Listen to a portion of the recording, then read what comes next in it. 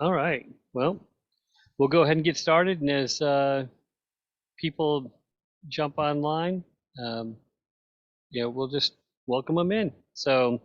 Um, so Gordy, I'm going to have you jump in first and talk to the group, and then Fred's going to give his special dissertation on keeping people interested in what we're doing, and then going to have Speed jump in and talk about the interchange. So. Gordy, if you don't mind, now this we're putting, the SSR Northern Division is putting this on. So, in our Northern Division superintendent is Bob Fierstein, and for those of you who don't know me, I'm Andy Zimmerman, and I'm the SSR Director at Large, and I'm also the Standards and Performance Manager for the NMRA. So, all right, Gordy, everybody knows you, but go ahead. I hope so. Well, I've spoken to the Northern Division before, but I don't think I've had the opportunity to speak to the whole region before, so it's nice to have that opportunity. Obviously, a lot of things are going on, a lot of things are changing in the NMRA. The fact that we're here on Zoom is one of them. I recognise that not everybody's watching this live, but there's a recording, and that's the difference. Certainly, that's not something we've been doing in the past. We've recorded meetings so you can watch it at your leisure at the time that works for you. The NMRA coming out of the pandemic is stronger than now than we were just at the end of 2020, and we hope that we can continue to see some growth and some changes. Certainly, there's been a lot of changes in the last year, and there'll be more next year. The national team want to grow the organisation. They want to improve the benefits that we deliver to our members, and you'll hear about a few of those on this call, the interchange being one of them. Speed will show you what that looks like, I think, today. But the idea behind the interchange is to connect the organization more globally. So being in Florida, you're sticking out there on a limb a little bit, but there's lots and lots of activity going on all across the NMRA that you can get involved in online without ever having to leave Florida. So you never have to go to Springfield and freeze in January. You can stay in Florida and learn about what goes on there if you want to. So those kind of things are the opportunities that we can embrace post-pandemic. Those are the things that we've learned. But the organization as a whole, we're seeing more participation in the achievement program. We are seeing people joining the organization. We are seeing people come back to the organization. Unfortunately, the age of the organization, the average age is about 69 at the moment, does not lend itself for us to not lose members through old age or unfortunately passing on to the big model railroad in the sky. So we are losing an increasing number of members every year, but these are generally people that are unable to renew because they're not here to do the renewal, and that's a real tragedy. And if we don't turn that around and we don't grow our organization, the legacy that's been built for years there'll be no one to leave it to, not because there'll be no model railroaders, but they just won't be in the NMRA.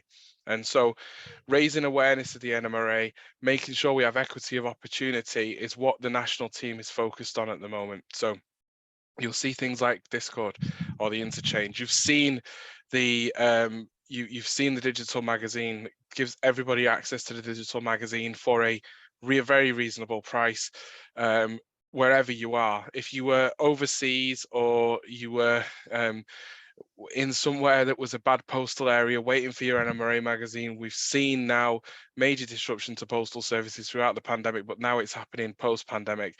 And that just goes to show that the world is moving away from paper. So we need to be in that space as well if we're going to attract the next generation of model railroaders to be members of the NMRA, and they're going to see benefit of that. So we're not taking the paper away. People can still get the paper, but we've seen over 1,000 members move across to digital on its just digital. We've also seen more than 1,000 members access the digital magazine. Of course, there was people that didn't have any access to the magazine before, now have access to the magazine. And we've seen about 4,500 people have registered for the NMRA digital magazine across the world. And so it is being used. That's a third of our membership, and that grows every month. So we expect to continue to see the use of the magazine growing over the coming years. The NMRA Interchange will be a way to connect members no matter where you are. You'll be able to just drop into a room.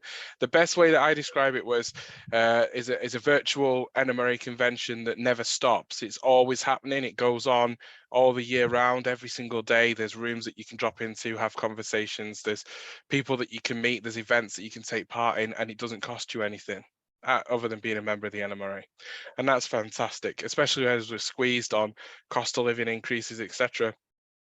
Being able to take part and participate in the hobby, potentially without having to travel to meetings far away from where you live, is a great opportunity. It also means we can get a standard baseline of experience where we can say, we as the NMRA, you join us, we can definitely connect you with other model railroaders, even if you never leave your house.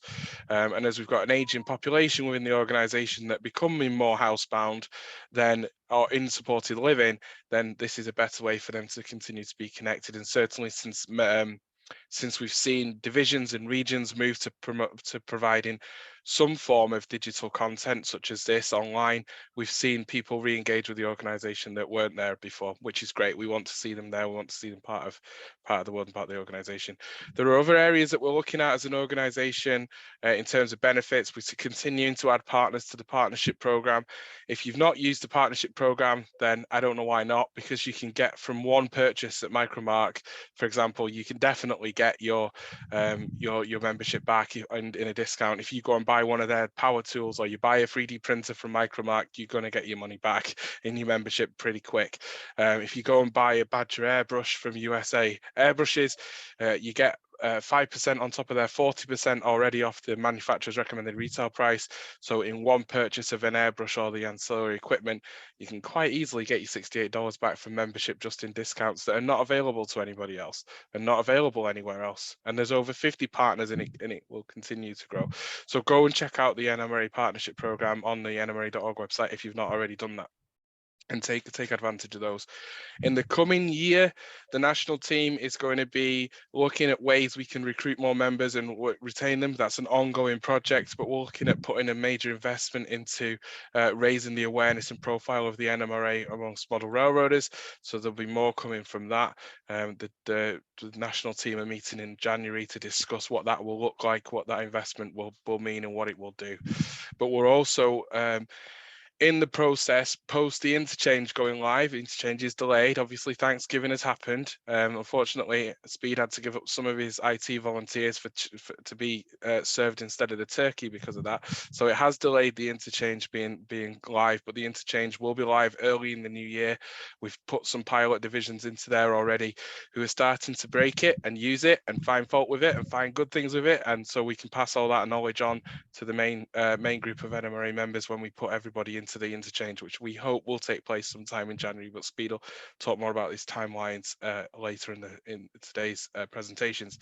But we'll also be looking after the interchange. We're going to be looking seriously at our education, how the NMRA delivers education, what the NMRA can do for education, using the new tools that we have available to us and the new connections that people can make through things like the interchange. So keep your eyes peeled. There's more happening, there's more going on as we grow our organization tenfold and aim for 150,000 members by the end of the decade. So that's all, Andy, I think for now. There's not a big group for questions. I can always take questions, but if people watching, probably going to be watching the recording, not watching this live, if you have questions at any time, people can drop me an email at president@nmra.org and I'll do my best to respond to all those questions. Thanks, Andy. Cool. Thank you very much, Gordy. Appreciate it. And if anybody has any questions for Gordy, you can drop them in the chat. And maybe we can get to them afterwards. If not, at least he can address them. Now we're going to move to Fred. Fred, you want to go ahead and jump on and tell us how we can keep our groups engaged? Well, I don't know that I'm going to tell you how you can keep your group engaged, but I'll tell you how we've been doing that in the Division 8. How's that sound? That's fantastic. That's why I asked you to come. There you go. I think actually most of the people on this call know me already, but for the few that don't, Fred Soward, I'm in Louisville, Kentucky. This is not where I was born and raised, but this is where I landed after 20 years in the military. I am currently the assistant superintendent for Division 8. The immediate past superintendent for Division 8. They wouldn't let me get off the board that easily. I couldn't just wander away. And I'm also the Mid-Central Region Secretary. So that's enough of my background, and let's jump into this. And again, as I said, this is what we've done over the last few years. So this is what I plan to talk about this afternoon. And I've presented this twice at the National Convention, and before that, twice at Indy Junction 2022.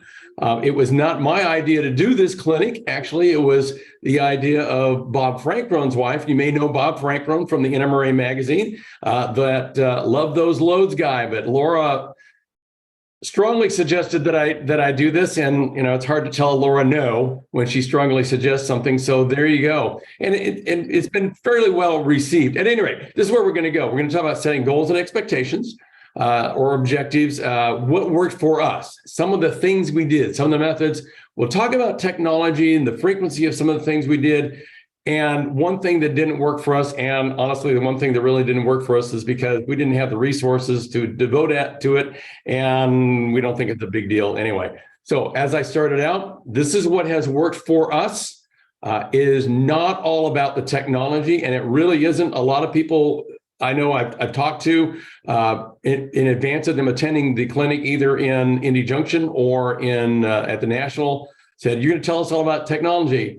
No, I'm not. I'm going to tell you what worked for us and how we made the technology work for us, but I'm not going to get into the weeds on how to do technology. And then, of course, your mileage may and probably will vary. So we set out some goals, and I want you to understand that if I had presented this clinic 18 months ago, it would be different. If I presented it 12 months ago, it would be different. And I have revised it since, well, after Indy Junction and after the National Convention as well, because things change. The world evolves, we change. As I was told by a 3-star general once, the only constant in the world is change. And in those days, if you aren't using a grease pen and acetate to make your plans, you're wrong. So anyway, but here's what we wanted to do. We wanted to create a culture of connectedness. We had a bunch of disparate people, disparate groups. They weren't really connected to one another, except when they might come together for a meeting or a train show. We wanted to find a way to have two-way communication, two-way connections, actually. What we were doing in the past was pretty much just passing things down. So we wanted to find a way to make it happen across the network and up and down as well. There was no way for an individual to reach across the organization. Sure, they had my email, they had the assistant superintendent's email, they had a clerk's email, and they might have their friends' emails, but they certainly were not able to reach across the entire organization. We wanted to create some side projects. And let me talk about that real quick. Side projects were something that we wanted to have that was not so structured that it was achievement program, although it might be able to be used for achievement program. It wasn't part of our monthly modeling contest. We didn't want it judged. We just wanted it for fun. Go do some side project off on the side and, quite honestly, have some fun with it. So I'm going to show you a couple of these that we did. Everybody's aware of the 1x1 challenge, the 1 foot square challenge. So what we did was we said, here's a 1 foot square piece of 1/8 inch masonite. And here's this boxcar shell that we got from the NRA. The cost to us as a division was $0. We found a store that was going out of business and they were getting rid of some of their shelving. So we dumpster dived with their permission and got the masonite, and then the boxcar shells were from the NMRA for free for the asking. We said, go forth and make something happen. Well, it was also in conjunction with me doing a clinic on repurposed rolling stock. For some reason, everybody in there decided that every one of these would have something to do with water. That was not part of the guidelines. The guidelines was basically use the masonite, use the boxcar, be imaginative, have fun. Boom, done. But all of them, and there were 9 who actually finished this challenge, came back with some type of water feature involved in there. In addition to that, of those 9, if I remember right, there were 4, or was there 5? 4 or 5 who had never, ever worked with water as a modeling medium, never done anything with water at all on a project. And also in that group, there were 3 or 4 people who had never created scale model trees before, never done it at all. They dabbled around with other things, but they never done that. So it's pretty cool. And if you're wondering where the boxcar is in this one in the bottom with the purple stuff, that's his scratch-built detailed interior with the boxcar actually lifted up off of it. So it's pretty imaginative stuff. Another side project we did was fantasy paint schemes. And we didn't have as good success with this because I think I made the parameters a little too constricting. I said, go create a fantasy paint scheme and apply it to a model locomotive. I think if I said apply it to model piece of rolling stock or locomotive, we would have had better success with it. But we had a couple of them. Bob Frankrone again showed up with an FP45 painted in Southern Railway passenger scheme. And of course, they never had any FP45s. And then there was this one, this scale trains SD 40-2 that was painted in, well, actually, it was a UP locomotive that was patched out for Southern Pacific as though the SP won the merger wars. So that got a couple chuckles, but it was just fun stuff to do. And that got them talking, got them engaged. Show appreciation. Find a way to show everybody that you appreciate them being members of the NMRA, being members of your division, being members who show up and do stuff, or just they're there. Make sure everyone feels heard and valued. And again, that kind of loops back up to the first and second bullets where we wanted to have that great culture of connectedness and have this two-way communication going on. And then this last one obviously came about because, this pandemic thing hit us, and how do you create a sense of normalcy? So let's go in and talk about the objectives. So those were the goals.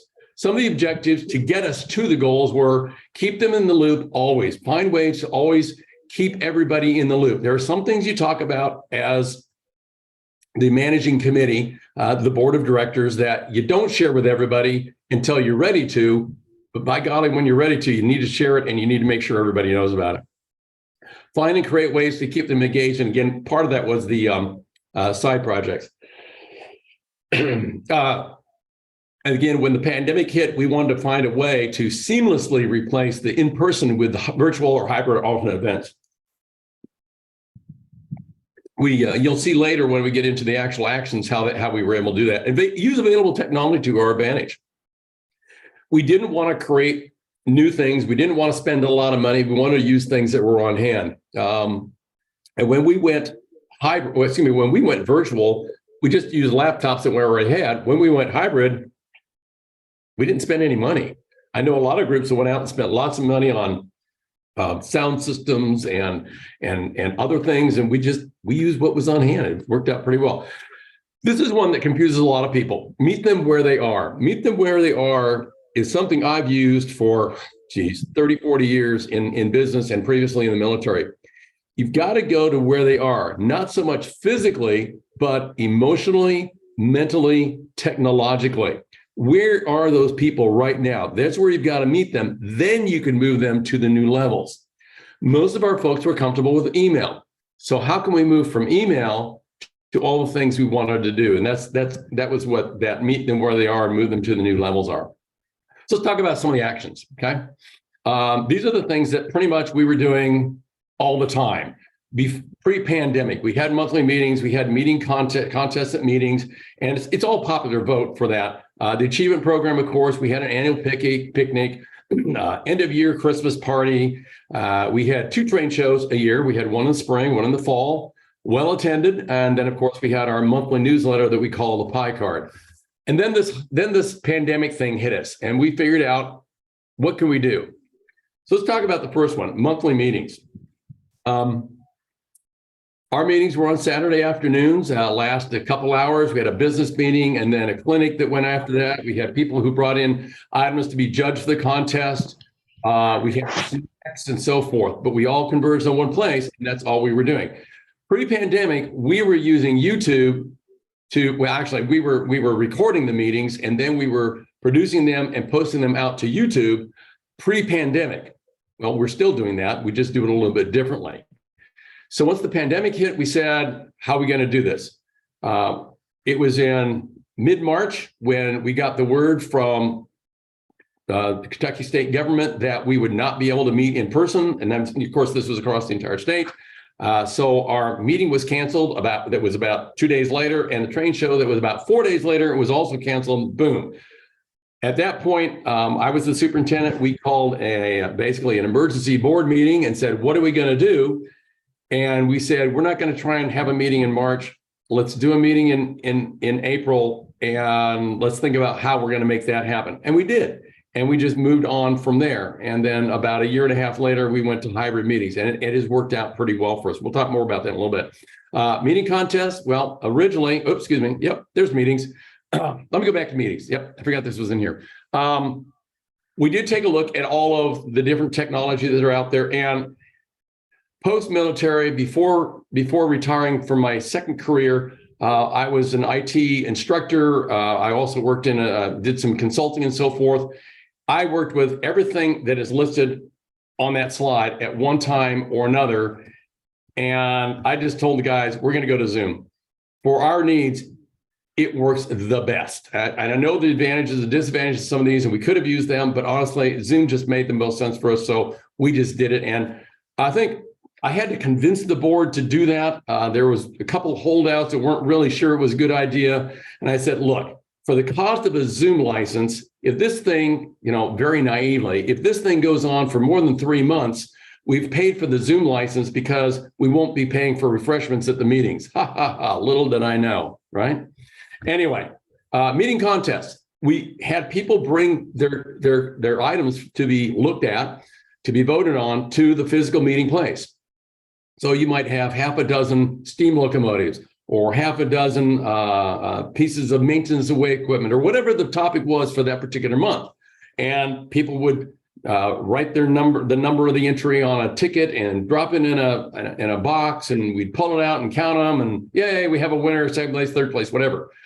Well, it's kind of hard to do that when you go virtual, when you can't meet in person. So Ron Ellison, who's on this call with us right now, actually devised a solution for us, and it's using Google Photos and Google Forms. So the individuals who were putting things into the contest take photos, send them to the Division 8 email address, which was Ron behind the scenes. He pulled those entries out. And by the way, it was not just a photo, but it was also a brief write-up of what they've done. It doesn't have to be extensive. It doesn't have to be a dissertation. It doesn't have to be like you're doing an achievement program. Just tell us the basics of what you did. And then he would put that together into Google Photos and dump the photos out into Google Photos. And then with Google Forms, we would create a ballot, essentially. And then we'd post some links and send some emails out and so forth. That worked out pretty darn well.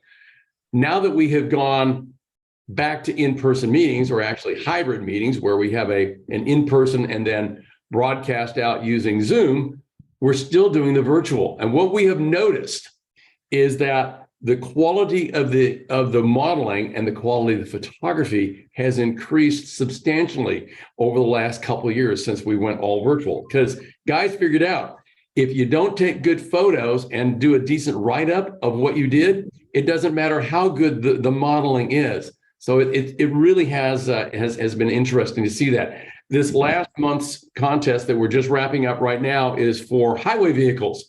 And this is the first time I opened it up and I looked at my wife and said, I'm going to have a hard time with this. There are two that I'm really struggling with, a third one that's pretty darn good. And then there's this fourth one down here. I'm like, it's okay. But I really struggled with them. And I think a lot of other people did as well. Let me talk about this last thing down here, Celebration Station. As I said, and you all know, around about March, it all went offline. Couldn't go out, couldn't do this, couldn't do that, couldn't meet in person. As we did modeling contests, each month we had a certificate said you won first place, whatever. At the end of our modeling year, our contest year, which is in July, we had overall first, second, third. We had those contest certificates stacking up. And then we had people working on their achievement program work for the years, for the months, whatever. So we had individual merit awards, and we actually, by the end of this thing, we had 3 master model railroaders who were getting close before the pandemic hit. Now we've got all this stacks of stuff. What are we going to do with it?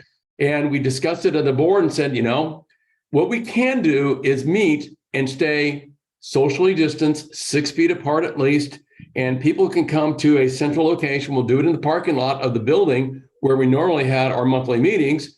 And then my wife, Barbara, came up with the name Celebration Station. So we said on this date at this time to Celebration Station, and we will hand out your certificates. We'll do a photo, and some of those photos were standing on either side of the big Division 8 banner. We actually had a couple people, and we told them they could do this. A couple people who wore their masks and stayed in their car, and we did drive up certificate handouts and achievement program and stuff and so forth. It worked out pretty good. We had 3 of those scheduled. We actually did 2, if I remember right. We didn't do the 3rd one because by the time we were getting ready to do that, we could meet in person again. So we started doing that. It was pretty cool. Oh, there you go. And there's photos of Chris Broughton on the left and then Bill Lynch on the right. All right. And also at that celebration station, as an encouragement for people to show up and say hi, we handed out a free bottle of hand sanitizer with the Division 8 logo on and so forth. All right. Picnic. Well, 2020, we didn't have an option. We had to cancel it. So just outright not happening in 2020. There was just no way we could do a picnic. But in 2021, we did do a picnic. And what we told people was we would do the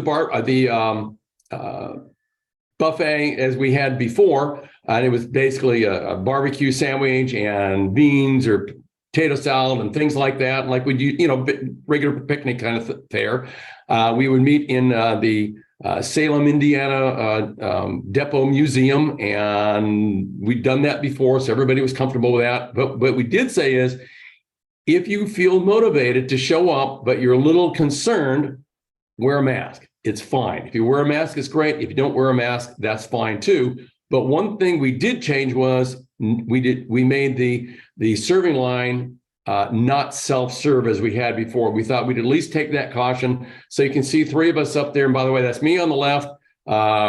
If you look at the serving line, that's me on the left, and then Stan White, one of our trustees, and Ron Ellison on the right. We said we would wear masks, we'd wear gloves, and we would serve everybody. We felt that at least gave us some reasonable level of assurance at that point. So everybody seemed pretty good with that. Our attendance, and I can tell you, our attendance at picnics, our attendance at Christmas parties and so forth, it's always right around 50, sometimes a little less, sometimes just a little more. And I think we hit just over 40 for this, and we felt pretty darn good about that. So again, we modified it as we went along. But in all of these, the celebration station and so forth, we were able to give things out to people to take care of them.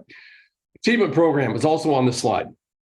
So one of the things we did in the achievement program, which I thought was kind of nifty, was our achievement program director at the time, Joe Fields, was contacted by some people who said, I've got models that I'd really like judged, but we can't meet in person. And Joe said, tell you what, meet me at the parking lot of the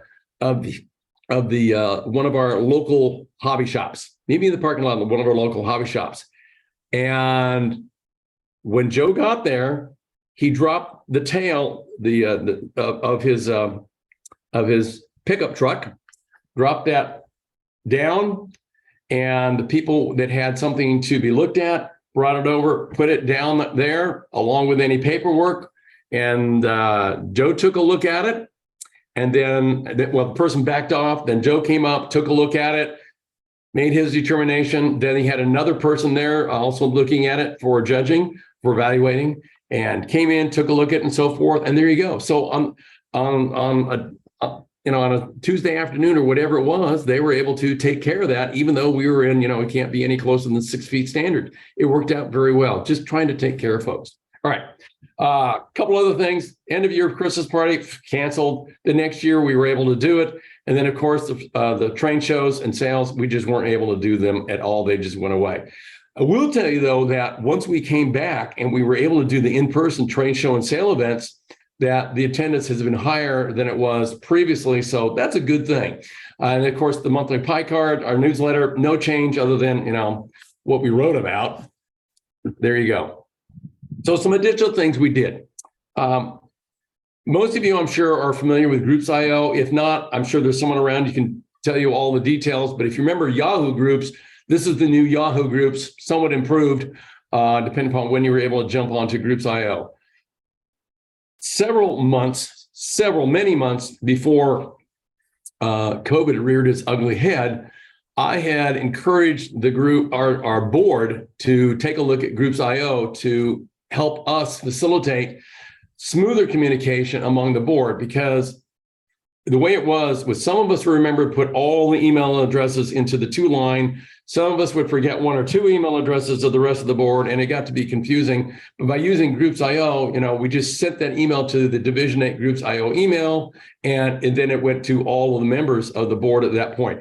It really smoothed things out. So we played with that for a few months, and it was January, if I remember. Yeah, it was January, just before pandemic time, when we rolled it out to the entire division. So we have a separate board group from the general membership group as well. It was pretty well received, and by the time pandemic hit, we had just about everybody that we expected to have on Groups.io on Groups.io.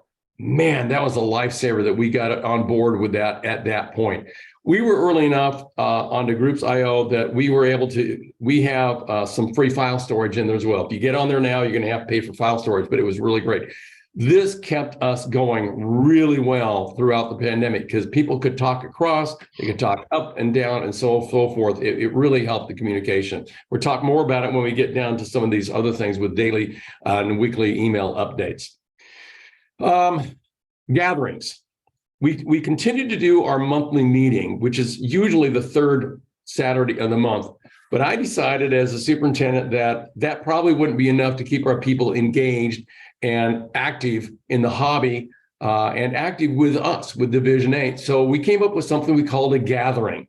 And it sounds kind of science fiction-y, it's the gathering. But in a regular meeting, we have about a 20 to 30 minute business meeting where we focus on welcoming new members. And we talk about, here's the treasurer's report, because you got to do the treasurer's report. And then we do achievement program stuff, awards and so forth, that we do the contest. We do some upcoming events. And then we might, after that, do a 5-minute back to basics session. And then we take a quick break and we go into a clinic of some sort, either somebody local or somebody remote. We want to do something else. We did, and what we created was this thing called the gathering. The gathering is to be about an hour long. So the other one is an hour and a half to 2 hours. This is only 1 hour, 60 minutes, and it's usually the 2nd Saturday of the month.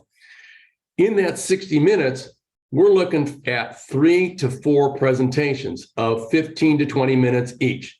We're not looking for PowerPoint. We're not looking for a formal presentation. We're looking for, what have you done in the last month? Show us something cool you did. And we had all sorts of things presented during that time.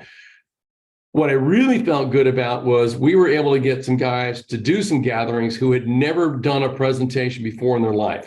And I don't think they would ever do an hour-long clinic even now, but they were comfortable enough to get up there, grab a piece of rolling stock they'd work on, bring it up to the screen and say, let me tell you how I detailed this. Let me tell you how I changed this and changed that and so forth. And it was awesome.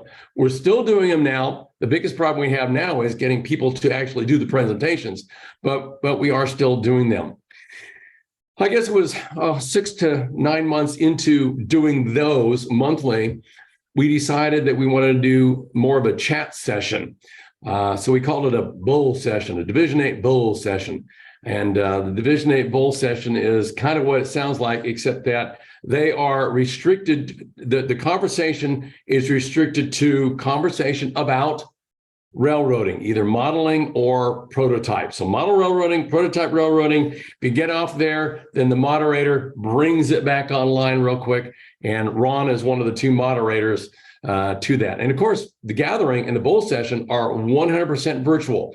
Business meeting, the standard business meeting plus clinic in the room, plus virtual through Zoom as well. So pretty well attended, not as heavily attended now. The numbers are the numbers. Way back, I guess it was probably April after we went into lockdown, I started doing a daily video email, and it's not what you think. It was basically an email that had links to 4 to 10 YouTube videos that I thought might be of interest to the group. And it was I would say something about the video, and then I'd give them the title of the video, how long the video was, and then a link to the video. And I just threw it out there, not knowing if this would be well received, if it would be read at all, or if I would get hate mail or even phone calls about, what are you doing? You're clogging my inbox. Well, it wasn't any of that. It was, wow, this is great. Thanks for sharing these things. After a year and a half of that, I said, guys, I can't do this daily anymore. We're going to go to weekly video emails. And now every Monday morning, Division 8 Groups IO gets an email from Fred that says, here's the Monday train videos, and it has 4 to about a dozen links, just as I described before. I think the best thing, the neatest thing about this is not getting a thank you back to me. Thank you for sharing that. But instead, when a conversation comes up, either a question about it or a, hey, I've done something like that, or hey, has anybody else done this? This looks like an interesting thing to do. Right now, we're talking about scanners. And I don't even, Ron may remember, but I don't even remember how this conversation started, but it was about rail fanning. I know it was a video about rail fanning, and we've got now a little thread going about scanners, and we're talking about, maybe we should get these guys that are talking about these scanners to do a clinic to the rest of the group, because rail fanning is part of model railroading, and the scanners, you want to see when the trains are coming. Maybe we can do that.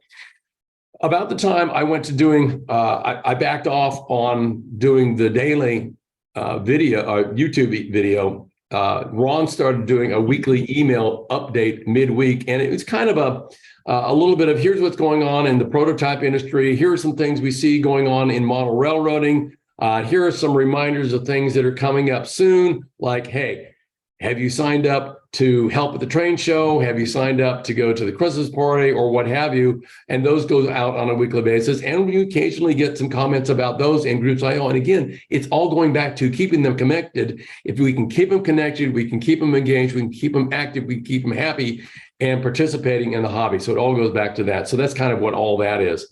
And talked about that. Member survey. So way back before pandemic time, we ran a member survey or two. And it's the standard thing. Are we doing the right things? If we're not doing the right things, what do you think are the right things we should do? That's the bottom line. No matter what you ask, that's really what you want to know. Are we doing the right things? And if we're not, what should we be doing? And even if we are doing the right things, what would you like to see more of? What would you like to see less of? Originally, we ran them using Google Forms. When I was at Indy Junction, I was the marketing guy, and talking to Gordy, I found out that the NMRA has a SurveyMonkey license that we can use all the way down to division level at no cost.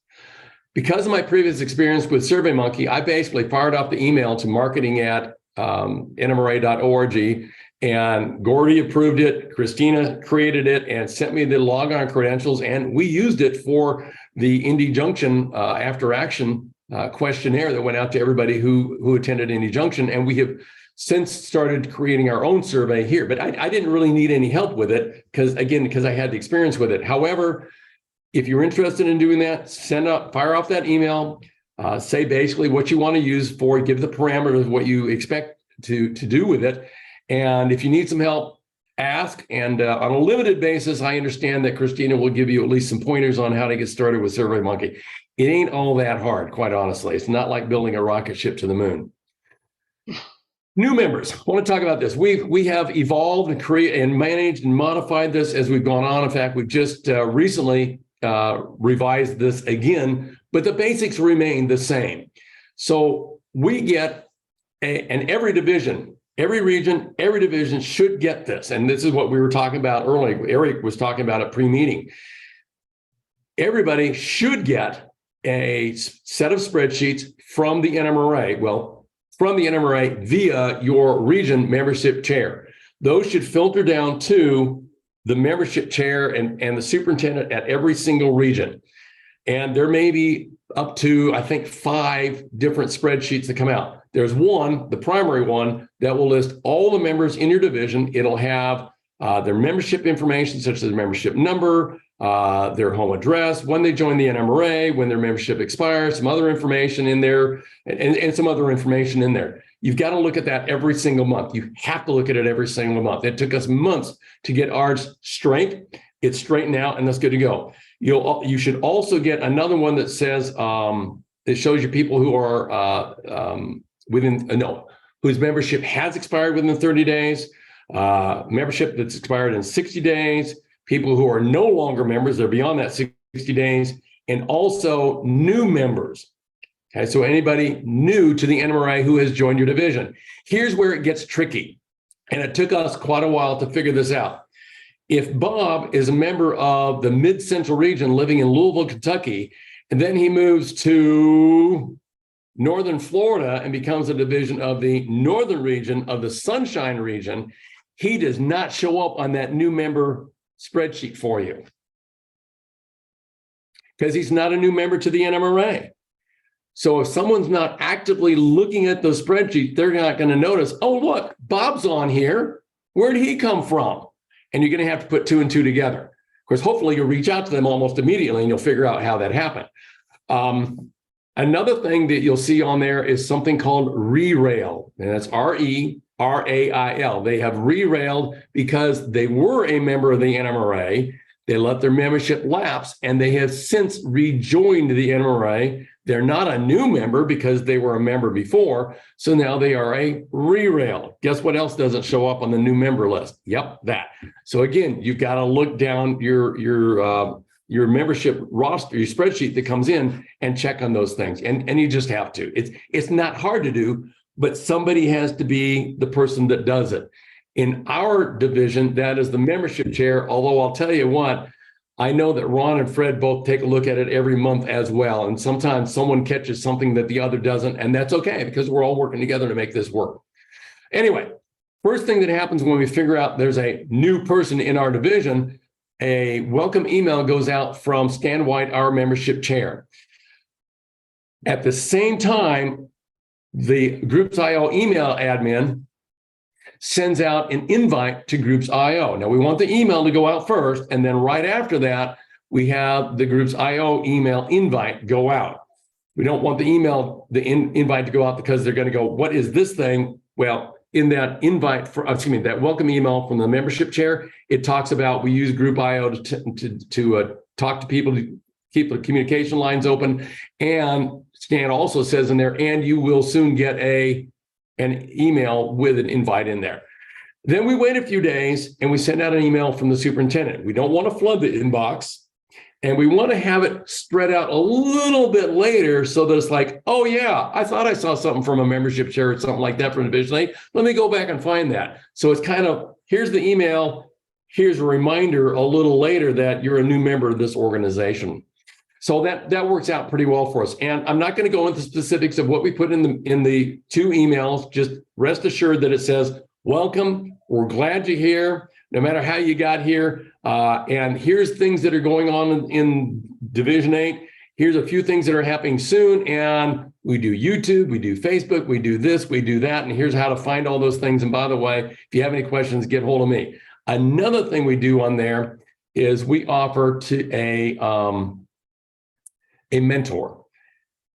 And a mentor is basically someone to reach out to this person who's not in a formal leadership position, but that can talk them through, here's how Zoom works, here's how Groups.io works, here's how all these other things work in Division 8, just to make them feel a little more welcome to the group. We've been doing that for almost 4 years with the mentor, and to the best of my knowledge, we've had 2 people take us up on it. But we've offered to all these people, and some people who didn't need it came back to me and said, you know what, I've been around the division before, I'm a re-rail. I'm like, yeah, I already knew that. I really don't need that, but that's a neat thing you're doing. Okay, great. That's a good thing. I feel good to do that. When someone shows up at their first meeting, we have a name badge prepared for them. It's right there, waiting for them when they walk in the door. We also acknowledge them at the very first meeting. Whether they show up or not, we acknowledge them. And because we record all the meetings and put them up on YouTube, they can see it later that we did do that. Another thing we started doing is recognizing longevity in the NMRA. I attended a virtual meeting, I don't remember when it was, but at least 3 years ago. And Bob Weinheimer, the RAC director, actually hosted this, and I was able to attend it for one of several reasons. And in there, I found out that NMRA members are supposed to get acknowledgement from the NMRA at certain anniversary dates. And the first one I remember was 10 years. Well, shoot, I've been an NMRA member for more than 10 years. I didn't get a thank you. And I checked with my wife and said, can you look through your email? Can you see this? Did you get anything? Nope. So neither one of us had. And I said, you know what? If we haven't, it's likely that other people hadn't either. So I took that membership spreadsheet, sorted it, and then divided it into year groupings of people who've been in for 50 years or more, 40 to 50, 30 to 40, and then it had to get a little smaller range, because what I was doing was every month for the next year, I was putting those people up on the screen in the front of the meeting and saying, we want to acknowledge all these people who've been members of the NMRA for this many years, or this many years, or this many years. And by dividing it into these chunks, we were able to do that for 12, well, actually 11 months, because we didn't meet in December, but we were able to divide that out. I wasn't sure whether that was being well received or not, but right after I did the 30-year grouping, I had a phone call that afternoon at home from one of the guys in that list who said, thank you for doing that. That is the first time I've ever been publicly thanked for being an NMRA member. I'm like, okay, this was worth my time and effort to do that. That was a good thing. That was a good thing. Things we do for technology, things we use. These are the things that we were using before pandemic time. We have a Division 8 webpage. And as I always tell people, if you have a web page, is it an active web page? If it hasn't been updated this month or in the last 30 days, you don't have a web page. And probably if it hasn't been updated in the last couple of weeks, it isn't an active web page. You've got to keep it constantly updated. When Ron and I were getting ready to do the marketing stuff for Indy Junction, it was frightening to us both to see how many division and region web pages were not current. And we're talking Pete McGowan, and actually last week we went and looked at one. Pete McGowan on one region web page is still listed as the NMRA president. That's been a little while ago, I think. And there would be more, but then if I went into the details, I'd be telling you which region it was, so I'm not going to go there. But I will tell you that they had the wrong region president removed up there yet. That's pretty scary. No contact information. How do you reach out to these people? I don't know. And do they have a Facebook page? I don't know. We couldn't find it. So web page, it's got to be there. What's got to be in the web page? You know, you got to have contact information. You got to have what's coming up soon. You got to tell them what you're all about, where you're meeting, and things like that. Just the basic stuff. Do you have an email address there? You know, you got to have an email address, for crying out loud. How are people going to reach you? Oh, maybe you have a phone number. We have. Okay, it's a Google phone number that we pay nothing for, and Ron can tell you all about how to take care of that. We're doing Facebook. Last year we did 262 Facebook posts from Division 8. Yep, all volunteer. Wow. YouTube channel, you got to have, well, we have a YouTube channel, and I've already told you a little bit. We record the gatherings. We record the meetings. We do not record the bowl sessions. There is no way we're going to record those. But meetings are on Saturday, and by Sunday night, those videos have been chopped, spliced, produced, and pushed out to YouTube, and they're available for everybody to take a look at Sunday evening. And in my Monday morning train video email, that link is in there for the people who have not yet subscribed to it. Last year alone, we put 63 videos out. Okay. Anything else here? No. Okay. New stuff we did. As I said, we did Groups IO email. That was new. Okay. New and improved stuff we weren't doing. Zoom, of course. Zoom has been fairly well received. There were some growing pains, certainly early on. We practiced for a little while with the board. Got the 8 of us, 7 to 8 of us, fairly comfortable with it. And then we released it to the rest of the division. And when we did that, we pushed out a one-page basics PDF. Here's how you get on Zoom and make it happen. And then before we held our first group meeting, our first Division 8 meeting using Zoom, we set up 2 sessions of call Fred, and he will talk you through it with a practice Zoom just for you. And then we also set up a couple of group kind of practice sessions as well. So that worked out pretty well. Again, trying to take care of our folks. And then Instagram. And so that's what we were doing without going into all details. And that's the one thing that did not work for us, Instagram. And it's not Instagram's fault. It's our fault. Honestly, we just didn't have the bandwidth to address it. With everything else we were doing, we just didn't have it. We asked within Division 8, there was really no interest in someone else taking it on as a mission. And what we found is we're just not an Instagram kind of organization. There's really nobody out there in the organization currently who's doing it. Things I'm talking about right now are keeping the group engaged. When we start talking about going outside marketing to bring new people in, then we're going to have to get our brains together and do Instagram. But right now, it's kind of hanging out there. We've got the account, but that's it. All right, that's enough with technology. So how are we doing? What's the mark on the wall? Well, early on, we said that we wanted to at least maintain, if not increase, membership. Over the last 4 years, when I was superintendent, we had 12 deaths. It happens. Can't renew those folks, unfortunately. We had at least 2 out of division family moves. When they moved somewhere else, and then COVID hit. And those were bad things, and those took a hit on membership across the board, except they didn't. Membership actually increased over the past 4 years and increased significantly, well, at least in my mind, for Division 8. When I look at the change in membership across our region alone, we're standing at the top of the list for greatest percentage of membership increase. So we must be doing something right by doing this. We've actually had a couple people come back in as re-rails who I had talked to personally. I'm also a member of the local chapter of the National Railroad Historical Society. And these 2 guys, one of them specifically said, there is no way I'm ever going to join the NMRA again. He told me that almost the first time I met him. And he's told me that several times. I said, we got this cool thing going on. Would you be interested? Nope. Well, he came back on and said, you know what? I like what you guys are doing. I like how you're treating people. I like how you're keeping them engaged. He used my word, engaged, and he rejoined. And that's a pretty cool thing.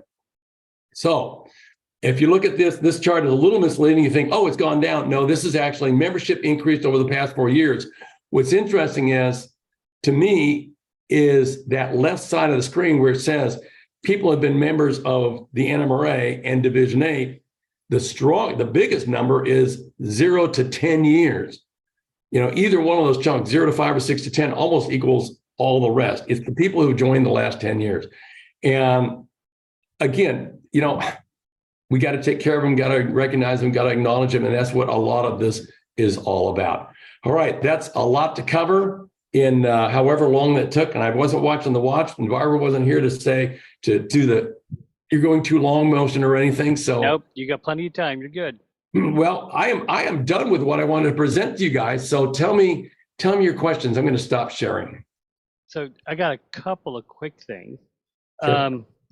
Did you know that you can tie your Facebook to your Instagram account, so whatever you paste on Facebook gets posted to Instagram? Yes, we do know that. So that way, if you have somebody who's already taken care of Facebook, then Instagram is automatically taken care of with a little bit of hand holding, massaging. Yeah. A little bit, just only if you want to tweak it. So, but otherwise it's there. We could. Yep. Yeah. So it's kind of like, and then one thing that I recently did for NRail, which is a N-Scale organization that I belong to, was I started a Reddit page for them, because Reddit is one of the fastest growing platforms currently. It's a little microblogging site, and you can post like you do on Facebook. You can cross post. You can do a lot of things, and you can tie your Reddit to your Twitter, so it'll automatically send it up to Twitter, and you don't have to worry about all the extra, hand holding with Twitter. So I can kind of knock out 4 birds with 2 stones by doing it that way. Sure. So, and some of the things that we did, and people have pointed this out to me, I'm like, yeah, I know. Some of the things that we've been doing are kind of taken over by, or could be replaced by, the interchange, quite honestly. Mm-hmm. We won't be doing that soon. We won't be eliminating any things we're doing soon, in part because everybody's pretty comfortable with what we're doing right now, and we want to get people on board and so forth. I know Go ahead. Sorry, I was going to say, and a lot of it is to attract other members. So if you do it on the Interchange, then you have to be a member to do it on the Interchange. Yep. But if you do it on Facebook and Reddit, and then point them towards the Interchange, say, "Hey, did you know we have this?"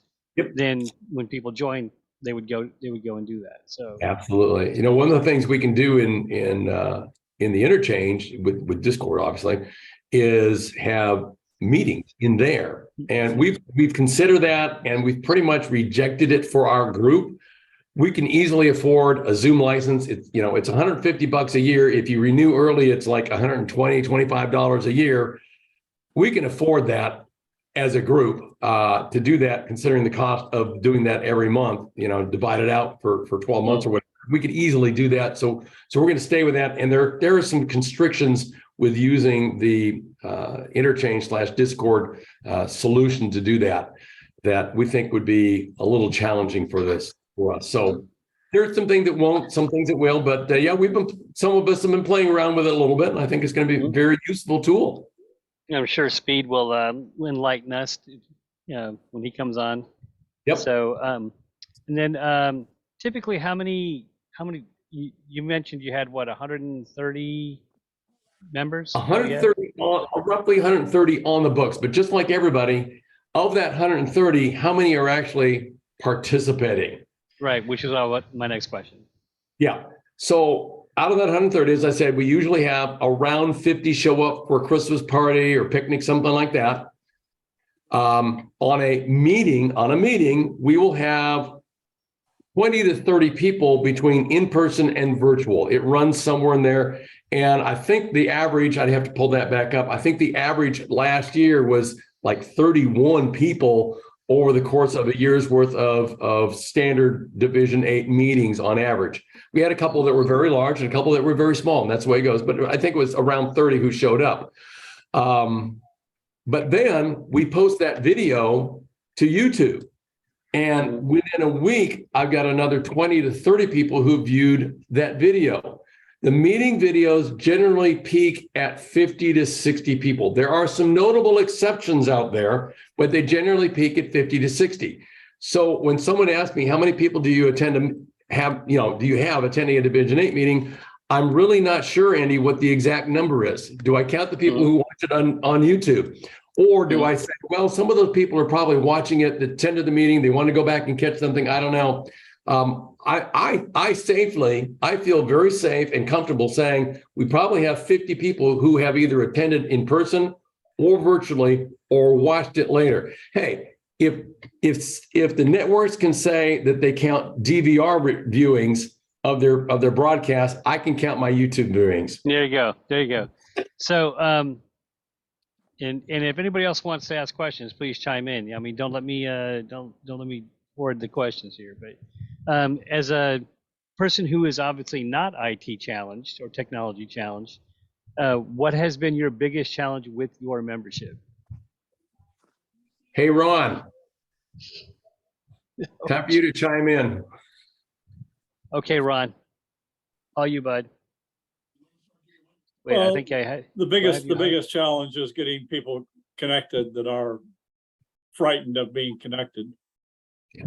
I always tell, whenever I try and send an email out to try and connect our guys that haven't connected yet, ask your grandchildren, just get a kid off the street. If you can't figure it out, they can have you up and going in 5 minutes. Yep. So, and we always offer, nobody was ever taken up. I mean, we had a few, but we always put it out there that if you need help, all you have to do is ask us. We can help you personally, individually. And when we first started having Zoom meetings, we would always open up the Zoom meetings, and we still do that half an hour early in case anybody needs help to get online.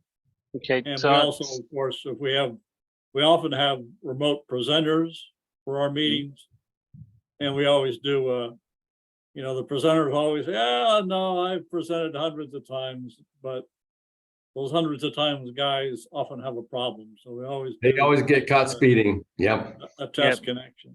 Yep. That's it. The other thing that I might say and add to Fred is I'm really happy with our groups IO participation. we send our members, our regular members that aren't parts of Groups.io, just 1 or 2 emails a month, keep them engaged. Basically, we send the newsletter out and we send the contest out, link to the contest. But 70 of our 130 members have signed up for Groups.io, which means there's a lot more communication. And that's what we market Groups.io at. If you want to be more engaged, get more information, have an opportunity to discuss things with the members, sign up for Groups.io. Have you considered using like a Constant Contact or a MailChimp or something like that? I've used it for a while to see, especially to our, not so much to our group that we don't get much contact with, to see who is opening those, our newsletter, for instance, that's sent out once a month. So, and I think that's an okay tool. To me, I'm not a real proponent of questionnaires. I mean, you can get some information, but the problem to me with questionnaires is that people often check the box of what you want to, what they think you want to respond to, instead of what they think. It's easy to confuse MailChimp with SurveyMonkey, but it's MailChimp is actually a Constant Contact program. So it does the same thing Constant Contact does. Yeah, and I was speaking about the you get feedback from sending your MailChimp out as to who opened the email and when and how many times. So yeah, and that's what I was looking at earlier, was seeing how many people are engaging.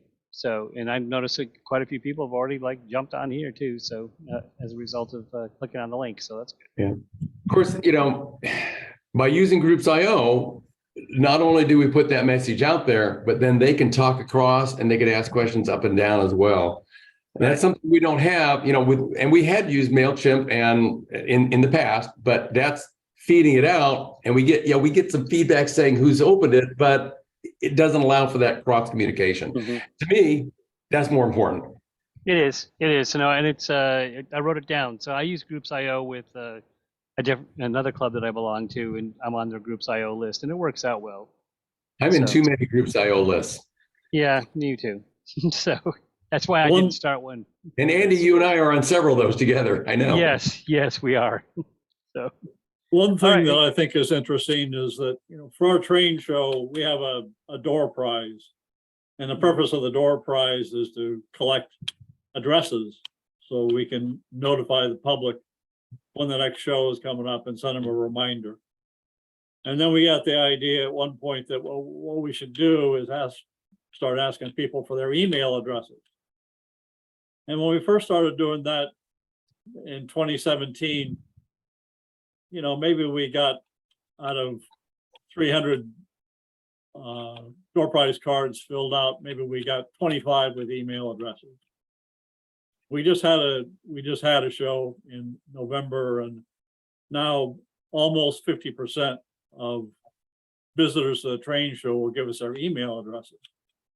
And it's not necessarily anything that we're doing. I think it's more of a factor that the public has some confidence in the fact that you can give somebody your email address and they're not going to put you on a spam list. Right. For model railroading. And they're much more comfortable with it now, especially after the pandemic, because that's just about how they got a lot of their info. Yeah. So, okay. So does anybody else have any questions for Fred? Cool. Right. All right. Well, Fred, it may pop up in pop up here in the chat, and as they do, I will relay them to you. I'll look in chat. I'll have chat up as well. And Andy, thanks again for letting me come and talk to you guys this afternoon. And if anybody has a question afterwards, reach out to Andy. He's got my contact info. Be happy to answer it. Yep. I will be happy to send that out, for you. So let's see. We got speed coming up. So speed. Am I So- muted? No, you're not muted. Coming Thank you. from live from inside the helix. From the bottom of the helix. Okay, at the bottom of the helix. Stuff rolls downstairs. Yeah, stuff. Yeah, and then maybe we had a different saying, but it's still it all comes downhill. Keep it clean. Yeah. All right. But Speed, thank you for doing this. We talked a little bit about the interchange and Discord and how these things are going to work. No, pass it to you. Can I share my screen? You sure can. Is it not sharing? Hold on. Try it now.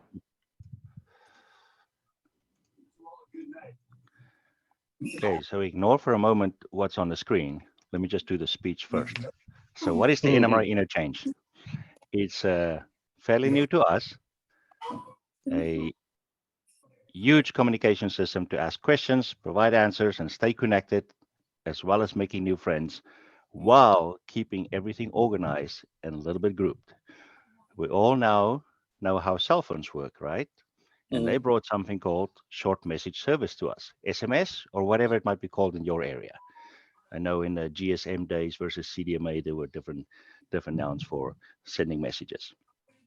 Almost all of us, hopefully more, have email, maybe a Facebook page or group, maybe even Twitter, WhatsApp, Signal, TikTok, Instagram. You can keep on counting, but they all have a small problem. How do you find something that was discussed before? You can enroll in a forum or something like groups.io that we just discussed, and things become a little bit more useful. But what if I want all of those things on my smartphone? Small little app, and now I can get access to it without bouncing around the internet, finding things. Am I sharing the Discord already? Yeah, you sure are. Okay. And here comes something like Discord, a platform gamers are using to plan strategy and hang out, and even a room like this very Zoom call we are in to have video conferencing. Best of all, it's all free to us. Whomever is paying for this Zoom call, thank you very much, but we might save you money shortly. Small divisions all over the country can now have video calls without paying a penny. So let's do a little quick demo to show you how we organized a 30-year high school reunion in my home country, Namibia, how to find photos from my parents' ranch as well. And talking of which, if I texted my wife a photo of that baby giraffe when I was there, how do I 5 months later show the photo to Andy when I come back? So over here on the Discord side, you guys can see the screen. You'll notice at the far left-hand side is a bunch of little icons. So the very first one, and people call this a funny dragon or ape monkey thing. It's actually Looks like a Game Boy, like a game controller. a game controller. So whenever you see the game controller, which will show up on your phone as the app, because it's the Discord app and that's Discord's logo.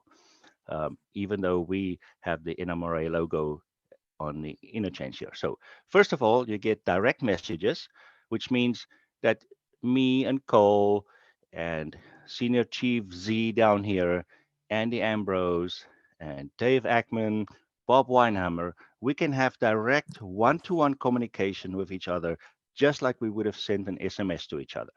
So Cole just showed me the little servos that he took out of another system, and he wants this to be in a new diorama for the convention coming up.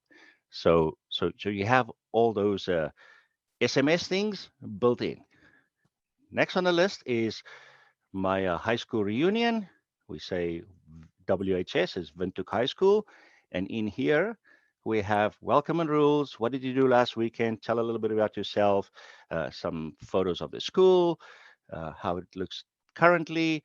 And I was in grade 12B. And so here, top row, the guy that's not looking at the camera, because we had a rule that we always look to the right.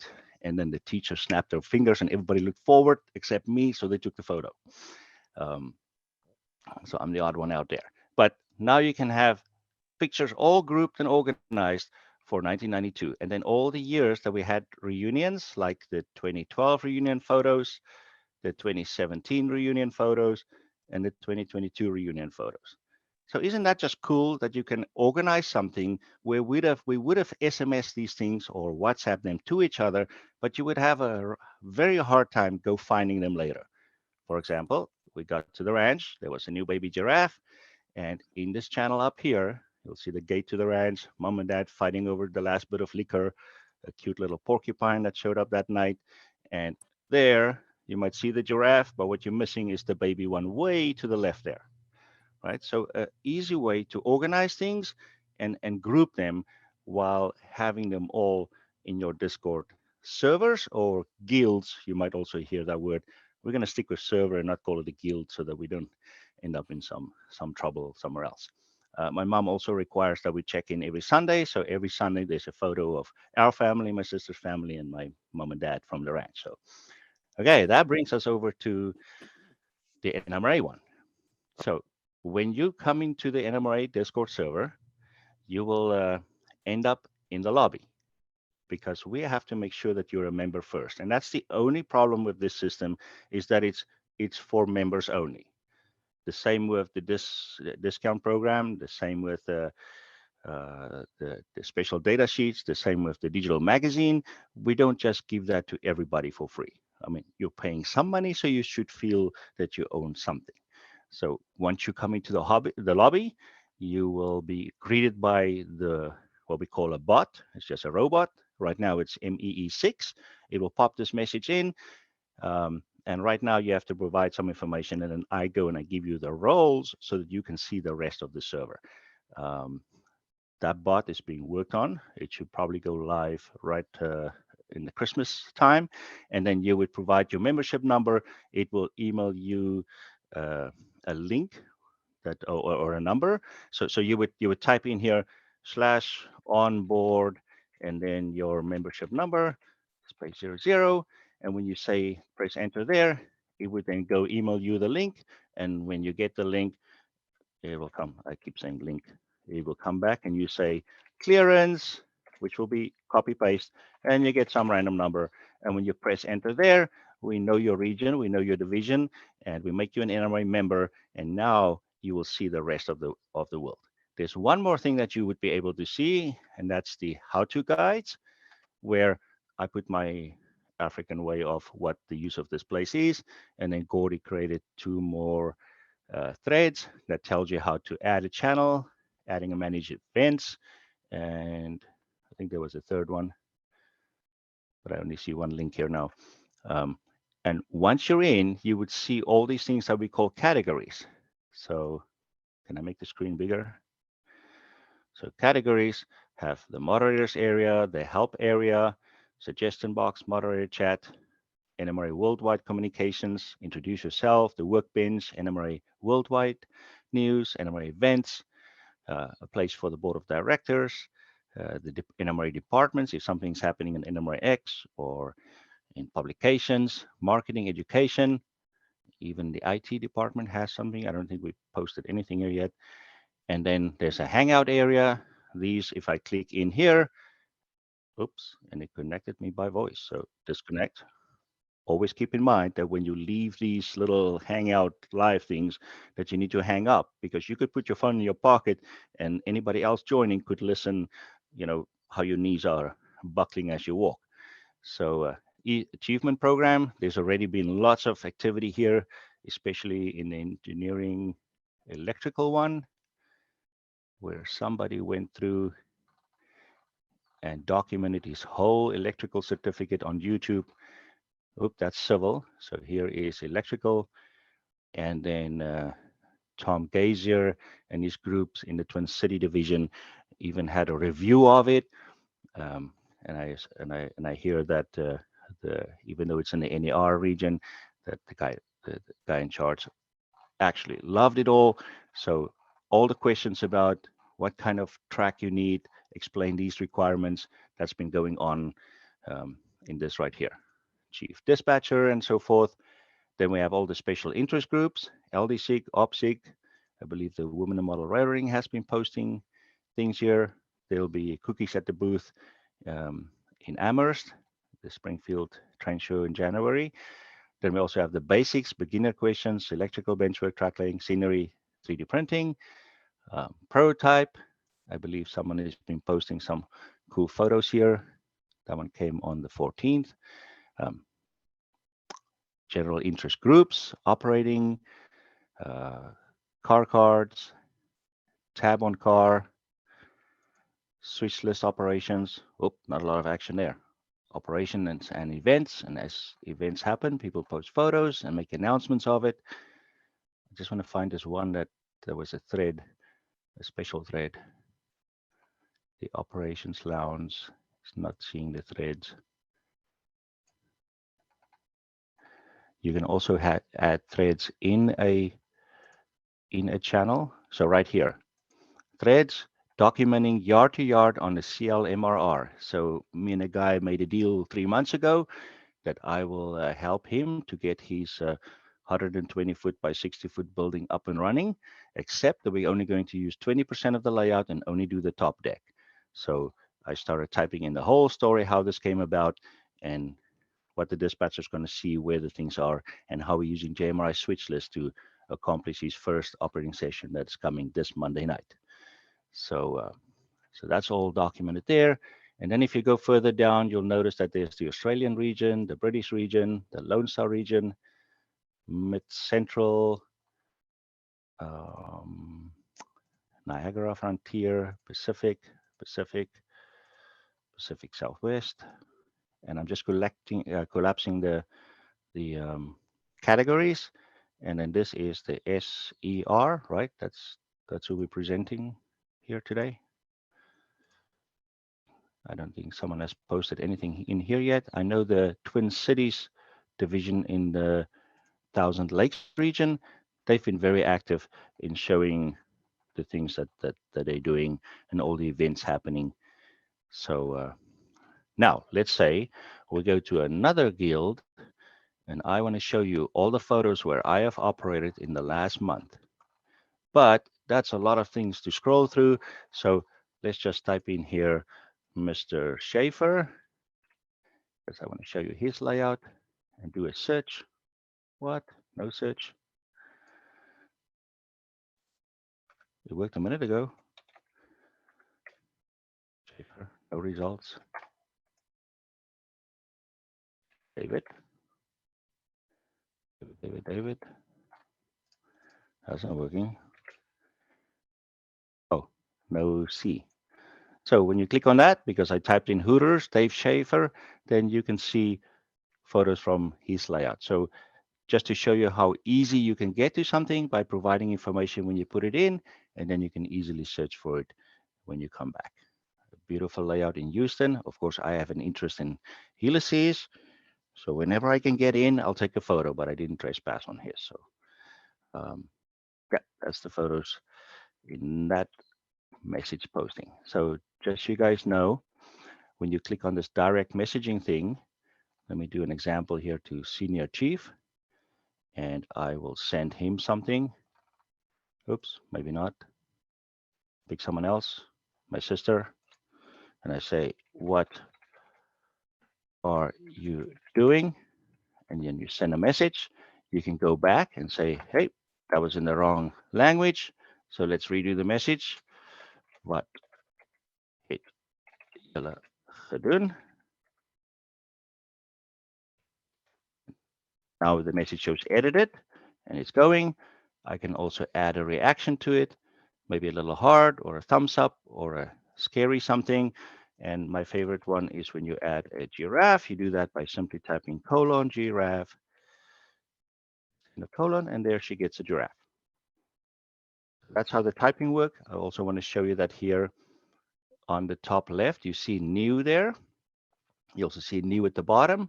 So if you scroll up, you'll see this little one that is giving you a warning that there's something in there for you. And for you, those of you who were present earlier, I asked Gordy to send me a message here. When you type at, you start typing Gordy, then you're actually mentioning him.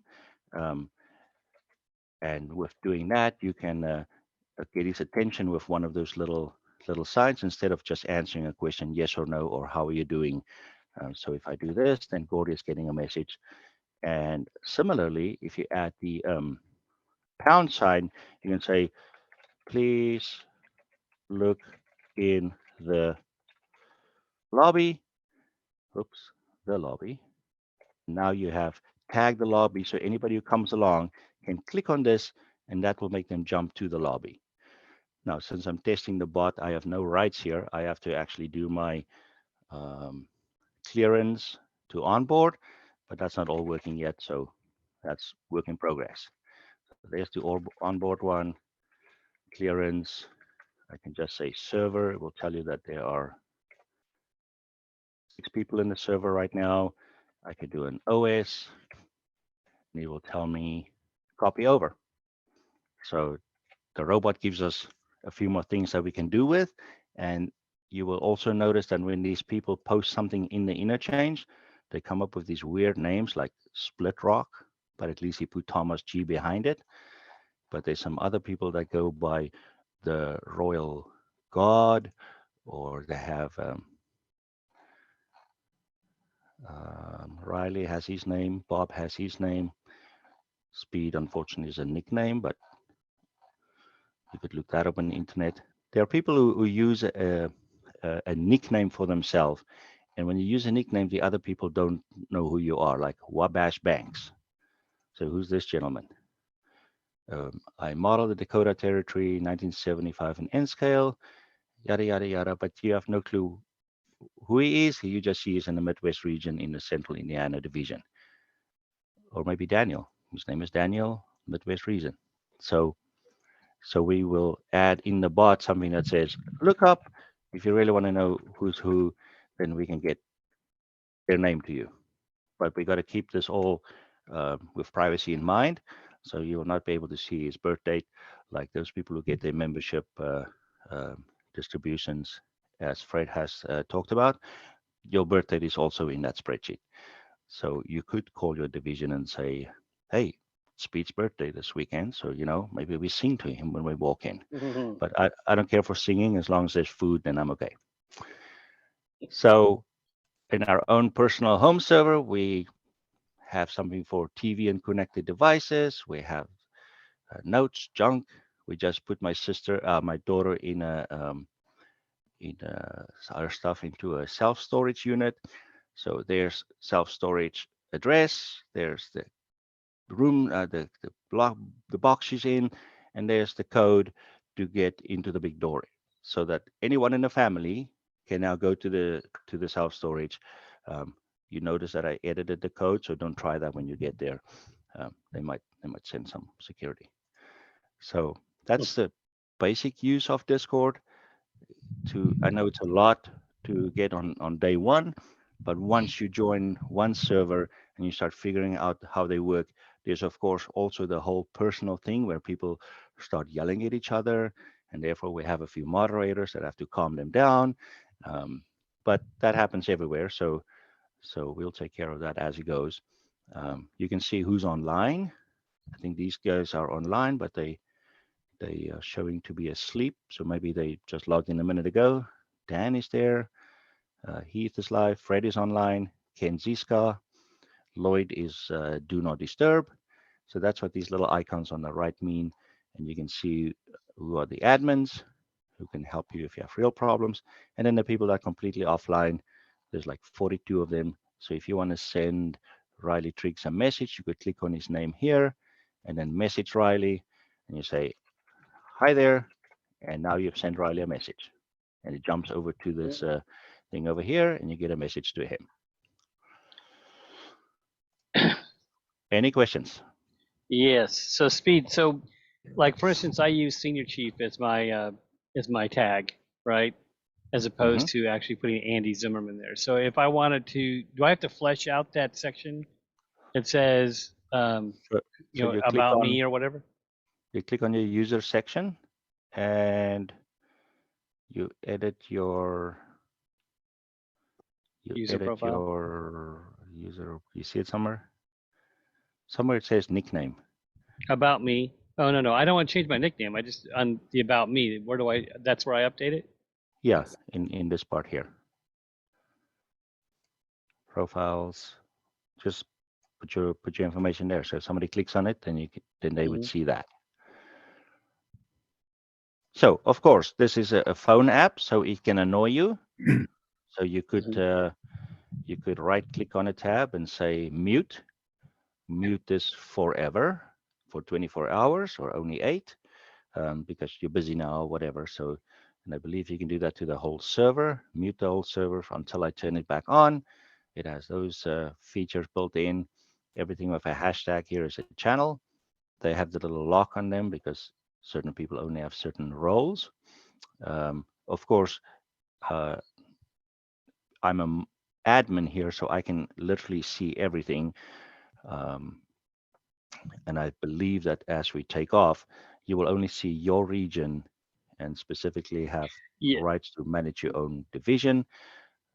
But we are allowing people to be invited to another division and or region. For example, if you need to give a clinic in one of their hangout rooms, then you just need to contact one of these enlisted people here on the top right and say, could you also add me to the British region and maybe the Cider or Calder Northern Division. And then we just give you one of these tags, and now you can see their stuff as well. But let me tell you, it's a little overwhelming when you see everything. It's there is. But when we first started as a test group, we could see everything. Correct. Yeah. And now I basically see everything that you have wide open for all NMRA members, and then I only see Sunshine Region. Correct. So I only see those like 1, 2, 3, 4, 5, 6 categories under the Sunshine Region. Yeah, and if you would like to see more, then you ask them to ask that we bring you in. So if I go to Fred and say, hey, I want to see what the MCR is doing, hey, can you hook me up? Then we will add you. Ah, okay. Well, we don't want you to say, I need admin access, right? We want the admin to say, obviously. we need Andy to give access. Yeah. Are you here on the list? Senior Chief? Yeah. So this shows that you are a Sunshine Region admin, Sunshine Region Northern Division, and then you're also the S&C department head. So, and your note has nothing in it yet. Okay. So sometimes we meet people, we don't know what they're doing. You just click here. His name is Daniel. I think Fred was here a second ago. Yep. So he has, I think I can even add notes. I'm not sure if Fred can see this. Is this really Fred?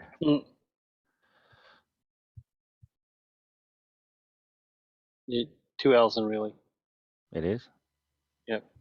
It's gone now. Sorry. Oh, there's Fred. You had it right the first time. Yeah, but then I got so excited. Nice. And for me, shortcut better. Okay, yeah, so so one more thing. When you join a server or a guild, you'll notice that certain things are bold and certain things are kind of grayed out. The channel, which are these things with their hashtags, the channel that you are in will show bold in this list. So I'm right now in the lobby, and I'm not at the bottom of the channel, but that's why this is bold. You'll see this new unreads showed up. So if I click on that, then it will light up the 3208 division, so that when I click on it, it will take you to the point that you've last seen. So I think Fred just posted something. So let's say a week ago I was here and I click on this guy over here. It will come over here and say, this is the last spot that you have seen. So now you have to scroll down and read through all of it. Now, if they mention you and you click on your name, then, or you click on the mention, it will jump to the place where they are mentioning you, not to the place where you have last read. So you got to know that you will end up in that channel, but not necessarily at the last place you've seen. So you might have to go back up and read the 3 messages before it. But anything. Didn't it used to put like a red line across there or something and said that you've seen everything above this or something? Yes, it would say last read. So let's go to, so you can also group the servers. Like you can see, here's a grouping of them. If I click on here, And let's see, where's Heath's server? So at Heath's Humanity, Human City. So you see the line up here, December 15, 2022 new. There is all this stuff that I haven't seen yet. And you can see all these channels that I still have to read. So if I click on real trains, it will say above this I've seen, and below this I have not yet. Now, that's an active group if you want to see one. And they put all kinds of little silly things like that in. Please try to avoid that. The best thing to like a message is to hover on it, click on the little face there, and then just put a giraffe on it. Or if you click on it again, you can remove the giraffe. If someone already gave a thumbs up, then you can click the thumbs up to add one. Whoops, that's not a thumbs up. And now it becomes 7 thumbs up. If you click on it again, it removes your thumbs up. And if you hover on it, you should see who's all the people that gave a thumbs up. Nice. So where's all those questions? So so what is well, how is the NMRA anticipating, like when they break it down, Northern Division, Eastern Division, Western Division, Southern Division, or like Fred was mentioning, his different region or divisions, who is going to be expected to moderate those or those divisions? Would it be like the superintendents or whoever we choose, or how's that going to work? We have to come up with moderators for every region and or every division, and you can volunteer right now. Yeah. So every division is going to be asked to nominate an admin, at least one, and you'll become a region admin. So when you're a region admin, you'll be able to add members to channels within the region. You'll be able to add more channels for each division or more channels for the region. Technically, you'll be able to add maybe able to add some channels some other places that we don't want you to, but yeah, generally within your region you'll be able to add members to channels so you can have visiting clinicians, etc. The other thing as well, if speed scrolls to the top that we didn't mention of the menu, scroll to the top of the menu, Left side. the left Speed. menu. See right at the top there, you've got 2 events. If you just click on those. So within the interchange, there's public spaces, as Speed said, and there's private spaces.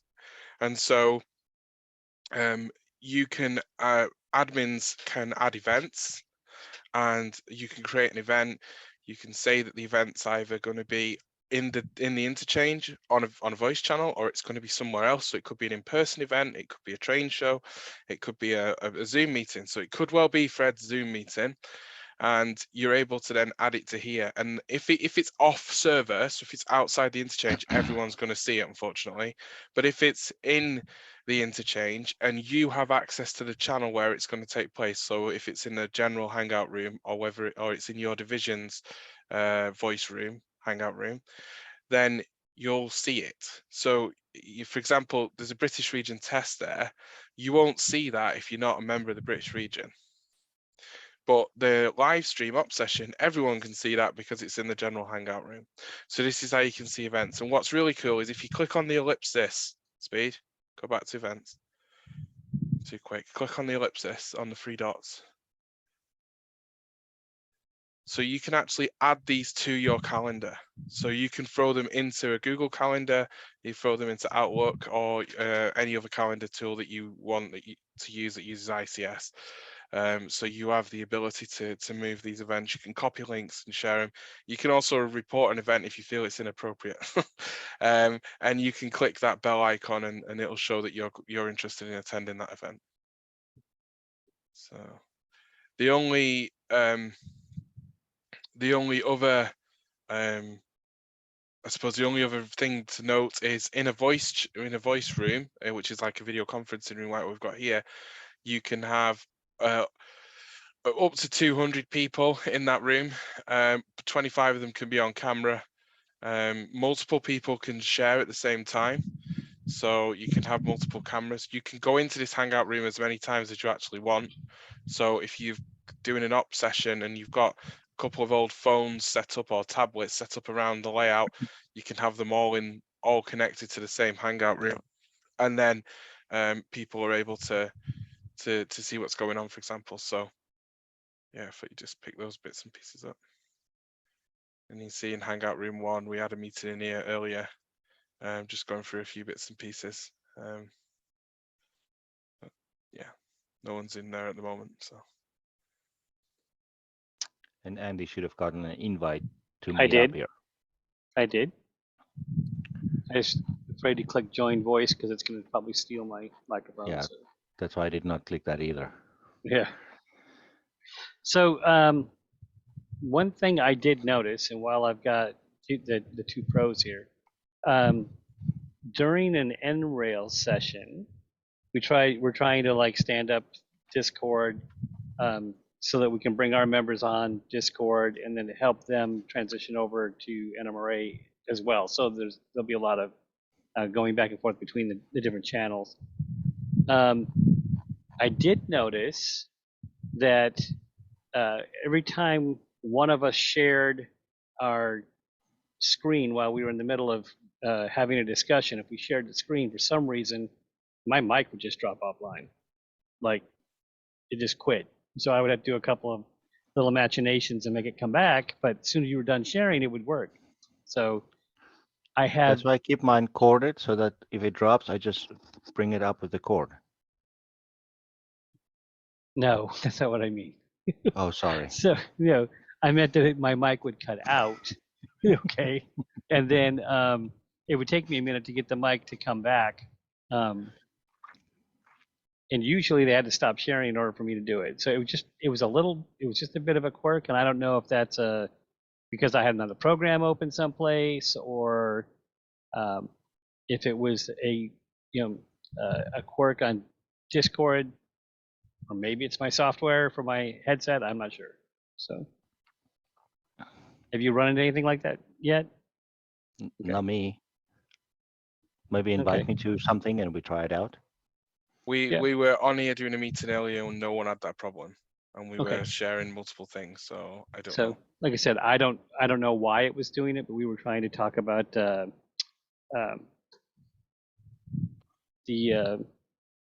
what do you call it, the project management tool that we use. The FreeCamp. FreeCamp. I almost said Freemo, and I didn't want to go there. So yeah, FreeCamp. So I was demonstrating that for some of the NRail folks, and it kept cutting my mic out. So I'm not sure why it did it. Just did it. So, and so it's got to be. It's probably specifically to me. So I'm just need to figure out why it's doing it. I just want to mention one thing. People are going to say, well, it's free, so how do they make their money? You will not get spam from Discord. There is no big brother like Facebook watching what we're doing here. Okay, they have no intention to monitor us. So don't worry if you give them your email address. I have yet to receive a Discord email since we started 9 or so months ago. What you will get is sometimes in your app, you will get this little Nitro thing, and that's how they make some of their money, where you pay Unleash More Fun with Nitro, and $2.99 a month, $9.99 a month, and some perks, whatever. The only reason to get that, if you are a Discord power user and you want to upload bigger videos and you want to upload bigger files and you want to have faster responses, that's when you pay for more. For what we're doing with 100 messages a day or 1,000 messages a day, it's not the there's no need to spend money. Again, that brings up a good point, Speed. So I tried to upload a video and it said I needed Nitro to upload this video because it was too large. What is too large? They should tell you the limit right there. Okay, I don't recall seeing it, but doesn't mean it wasn't there. I just tried to upload a video and it said it's too large if you want to use Nitro. So, okay. So also on your phone, just like you get little notifications for text messages or WhatsApp messages or Facebook messages, of course, Notifications. most of us notifications. Discord will do the same if it's running in the background, if you allow that to run on your phone. So if you're worried you're going to miss something, then turn that on, and if you go to bed, turn it off. Yeah, I do have mine turned on, and it. I have found quite a few cool things happening by just leaving it on. So. Okay. So guys, you said that you were going to ask the regions and divisions who they wanted to have be the admins. Is that right? Yep, that's the plan. Yes. All right, and that'll go out to region presidents and division superintendents. When we're ready to go live, yeah, it will. At the moment, obviously we're hand holding some pilot divisions on. So if there's a division here that wants to be added to the pilot, then that's fine. We've got 3 divisions in here already, so we can add you. It's just that we need people to nominate, and if we see people, if we see division channels start to be used, and we've not got an admin for that area, then we'll be putting a message out anyway when we go live. But yeah, there are 150. There are 150 divisions. If we can get one admin from each, then we'll have a really good admin team, because there's no. It's not like Facebook. There's no, Big Brother monitoring system going to come in if somebody starts doing something really naughty on here, unfortunately. Thanks, Gordy. I wasn't volunteering, but I will volunteer for either MCR or Division 8 of MCR. You know that. What the real question, my intent of asking was so that I can alert my region president and then subsequently alert all the division superintendents to be thinking about that coming up. That was the real reason for asking that. And Speed, you did the /lookup. What was that for? The /lookup. Mm-hmm. If you don't know who IndyCop 999 is and is annoying you, oh sorry, no, I mean you like the guy and you want to just know if he's important, then you can do a lookup and it might show you his name. So I go in there and I do a /lookup for that username, and it should tell me who it is. No, hold up. Future edition. Okay, not available yet. Yeah. That's why it didn't work when I tried it a few minutes ago. Okay, cool. Yeah. So the only things I will do. But I did get the giraffe to show up. So the only things that are working right now is server ping Pina. This is a good one. You get a Culada, right? And then what we really need this for is the onboarding and the clearance. Sure. To get you in, to get your roles assigned. But we could add funny, some cool things here. The Discord itself has its own / commands. Yep. Let's try me and see what that does. Oh, you got to say a message. Hello.